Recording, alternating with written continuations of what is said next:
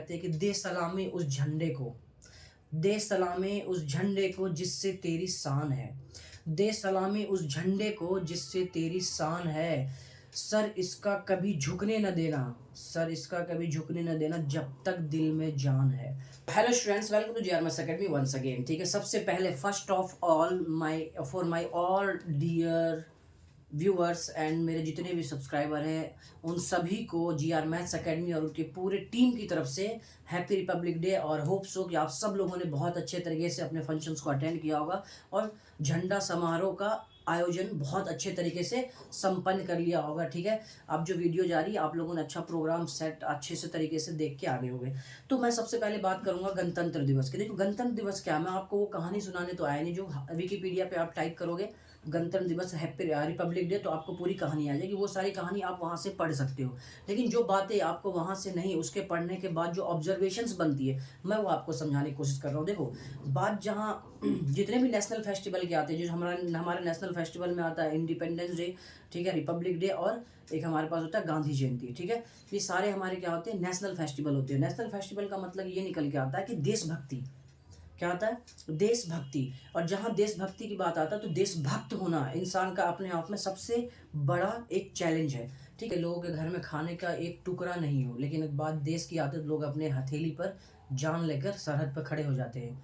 ठीक है, तो देशभक्ति एक ऐसी चीज़ है जो आपको कहीं से किसी से नहीं मिलने वाली, ये खुद इंसान अपने अंदर डेवलप कर लेता है। ठीक है, देशभक्ति कैसे होता है, बहुत सारे लोगों के माइंड में एक बात है जो आज मैं क्लियर कर देना चाहता हूँ कि हर वो इंसान देशभक्त उसको मानता है जो बॉर्डर पे सरहद पे खड़े होकर बॉर्डर की रक्षा करता है। लेकिन ऐसा सोचना पूरे तरीके से सही नहीं है, मैं आपको बता देता हूँ। ठीक है, क्यों? क्योंकि देशभक्ति की जहाँ तक बात आती है कि हर इंसान हर एक क्षेत्र में, हर एक अपनी जगह में जहाँ वो खड़ा वहाँ से वो देशभक्ति कर सकता है, वहाँ देश के लिए एक योगदान कर सकता है। किस तरीके से, मैं आपको कहता हूँ, बहुत सिंपल सा छोटा सा एग्जांपल लेके आपको बताता हूँ। मैं एज ए टीचर अगर मैं अपने काम को बहुत अच्छे तरीके से कर रहा हूँ, मेहनत से कर रहा हूँ और ईमानदारी से कर रहा हूँ, तो कहीं ना कहीं देश को आगे बढ़ाने के लिए उनके हित में कहीं ना कहीं मैं कुछ कॉन्ट्रीब्यूशन दे पा रहा हूँ, तो इसका मतलब मैं एक देशभक्त हूँ। अगर आप स्टूडेंट हो या आप सुनने वाले जो भी सुनने सीखने की इच्छा रखने वाले जो सीख रहे हैं जो मेरी बातों से, वो अगर अच्छे तरीके से सीख के उसे अमल करता है, उसको समझता है और उसको दूसरों को बताता है, तो इसका मतलब ये है कि वो भी एक देशभक्त है। ठीक है, कोई भी इंसान इस दुनिया में, मैं आपको बता, देशभक्ति का एक बहुत सिंपल सा फंडा जो आप अपने दिमाग में रखो, वो कोई भी इंसान जो अपने अपने काम को ईमानदारी से और मेहनत से करता है, वो हर एक इंसान इस देश का देशभक्त है। आप इस बात को समझो। ठीक है, तो इसलिए देश में अपना योगदान देने के लिए जरूरी नहीं है कि जिसने वर्दी पहना है, जो सरहद पे बॉर्डर पे बैठ के वहाँ बॉर्डर की रक्षा कर रहे हैं वही है, नहीं, हम भी देशभक्त हैं। ठीक, बस समझाना चाहूँगा दो छोटी चार छोटी सी लाइनों से। कहते हैं कि सोच से सितारे बदल जाते हैं, नज़र से नज़ारे बदल जाते हैं, कश्तियाँ बदलने की ज़रूरत नहीं है। कश्तियाँ बदलने की, कश्ती किसको कहते हैं, नाव को, है ना। कश्तियाँ बदलने की ज़रूरत नहीं है, दिशा बदल दो, खुद ब खुद किनारे बदल जाते हैं। ठीक है, तो ये आपके सोचने समझने की बात है। ठीक है, आप इसे अच्छे तरीके से समझो।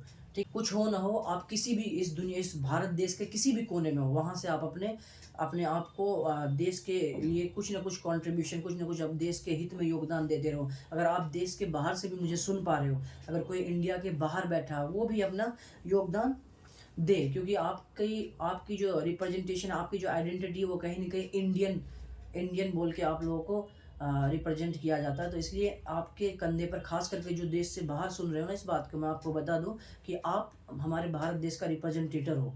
आप जो भी वहाँ पे एक कदम उठाओगे ना, वो सिर्फ आपके या आपकी फैमिली पे नहीं जाएगी बात, वो पूरे भारत देश पे बात आएगी। ठीक है, तो इसलिए आप लोगों को भी बहुत सोच समझ के काम करना है, आराम से। ठीक है, अपने अंदर देश का एक जज्बा रखो, देश के लिए कुछ करने का। तो आप अगर ऐसा रखते हो तो आई होप सो आने वाला कल जो हमारा वो बहुत बेहतर होगा। ठीक है, और हम इस शब्दों के साथ मैं आप लोगों से इजाज़त चाहूँगा और मैं को भी ऑल आर इंडियंस।